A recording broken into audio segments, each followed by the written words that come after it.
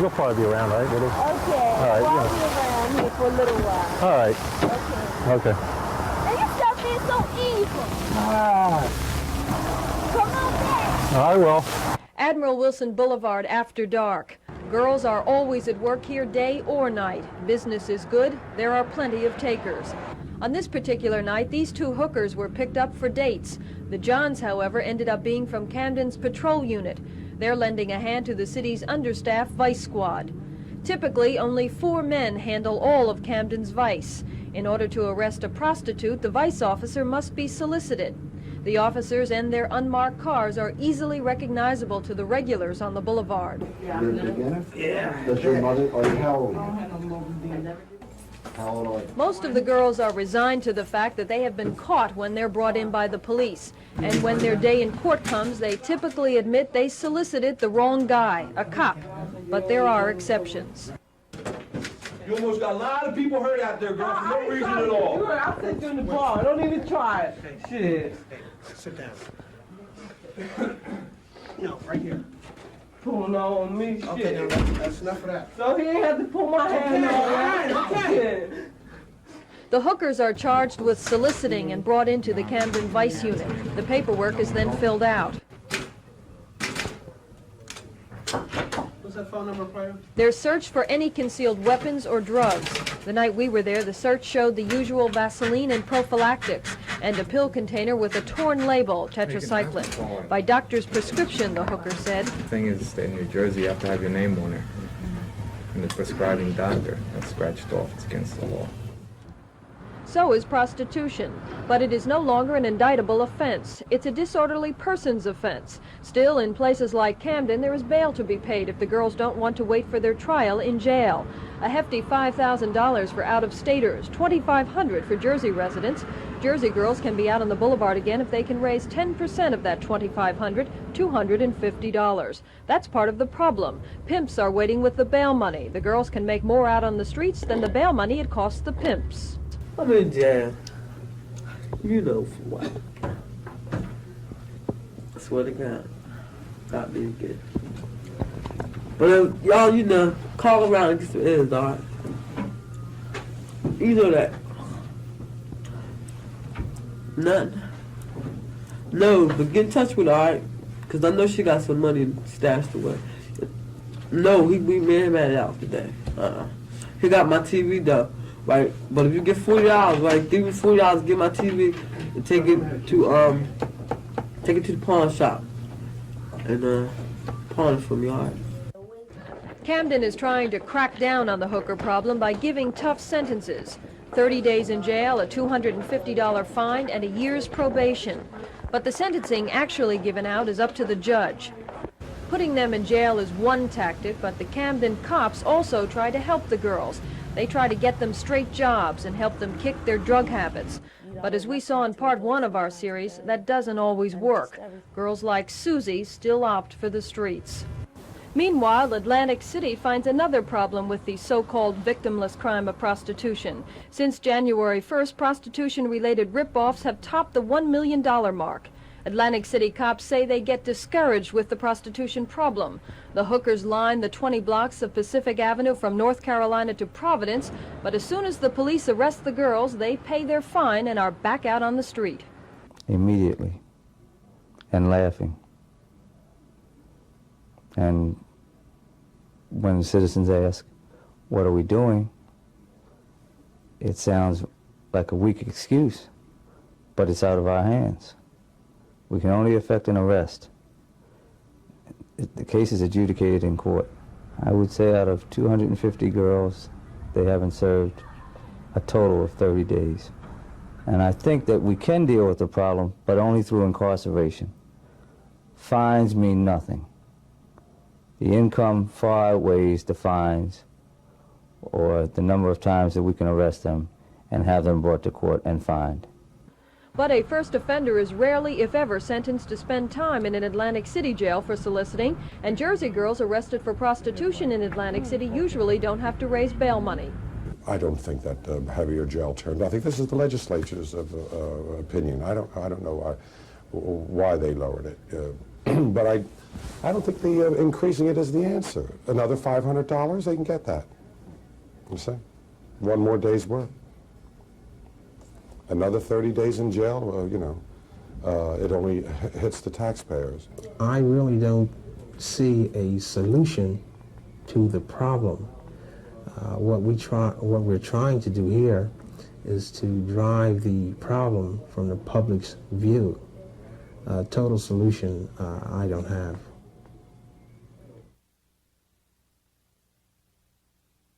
Background information. I got to do something here with this camera. Chief? Yes. Your full spelling, it's Richard, R-I-C-H-A-R-D? Mm-hmm. And your last name, spell it for me? M-U-L-V-I-H-I-L-L. M-U-L-H... V-I, M-U-L, V as in Victor, I, H-I-L-L. Okay. How long was this investigation ongoing? 2 weeks. How many? About 2 weeks. 2 weeks? And you work for the feds on this, right? We work with the FBI. Yes, we do. Right. In the Atlantic City Police Department. Uh-huh. He was wanted on other federal charges, this guy? Is that correct? Yes. On what kind of charge with, do you know? Here, Yeah. he's charged here with the 1 count of criminal sexual contact. Uh-huh. And Atlantic City, several counts of prostitution. We're ready, Rich. You ready? Yep. Okay. Chief, if you could, just give me some details of this arrest and the investigation. Well, basically, we have a strip of motels and hotels in Absecon that have been known to be the residence of, not the places of prostitution, but the residence of people involved with prostitution. Because of that, over the years, we've kind of actively sought intelligence information on those people and kept track of them. When we became aware of girls that appeared to be younger than the legal age, we became interested, started doing an investigation, which took us about 2 weeks, and worked very heavily with the Atlantic City Police Department and ultimately the Federal Bureau of Investigation out of the Boston area.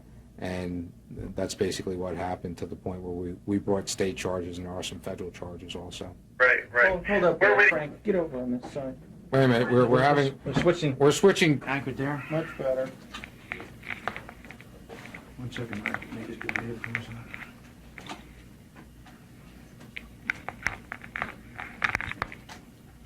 Hey, Rich. Okay. All right, Chief, one more time. If you could tell me the background of this investigation and how this came about. Well, basically, prostitutes and the people involved with prostitutes tend to reside sometimes in some of the motel areas in Absecon. We're fairly aggressive about keeping intelligence information on them.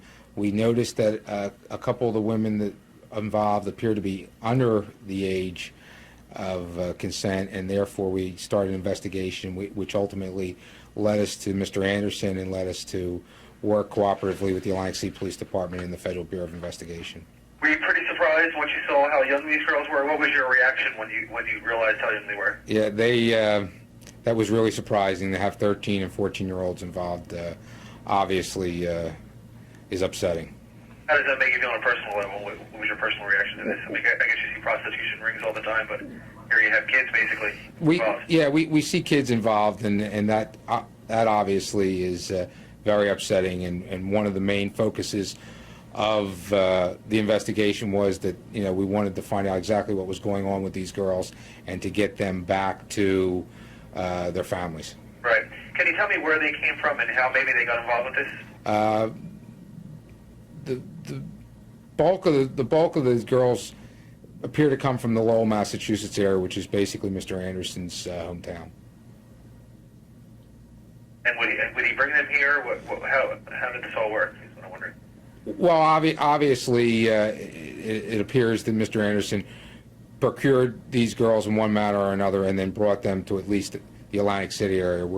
The investigation's continuing. We're looking at other areas of the country, and we're also looking at other girls, and we're looking at other aspects of the investigation. You think this is part of a larger ring? We think it's we think it's somewhat organized, but how large it is, we don't know. Right. Do you expect more arrests anytime soon, or the status of the investigation? There is the possibility of additional arrest. Soon, or you? It's very difficult to say at this point in time, Right. depending on how the investigation proceeds. Can you tell me anything about Mr. Anderson's background and how he was involved with this? Was he the kingpin here? He has been involved in previous contacts with law enforcement authorities, most of which revolve around prostitution. What role did he play in this whole operation? Probably a pretty pivotal role. The exact extent of that is yet to be determined. Right. Was he like how would you classify him if you wanted to put him in terms of his criminal activity? Pretty significant. Would you consider him to be a pimp or a ringleader? What would you call him if you were going to call him something? All the above. What would you call him?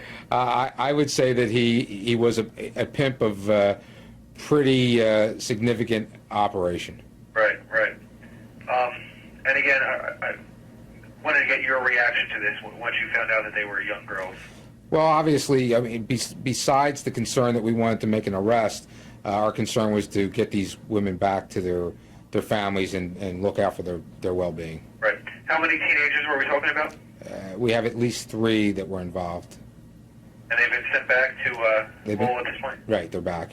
They were runaways, is that correct? That is yet to be determined exactly the circumstances in which they became involved with Mr. Anderson and whether they were here of their own free will or not.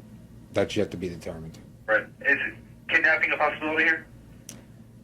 I guess it's a possibility. I don't know if it's a probability, but it's a possibility. Right.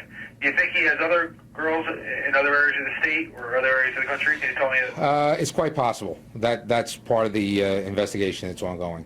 Right. Well, anywhere. Are you looking at any particular areas?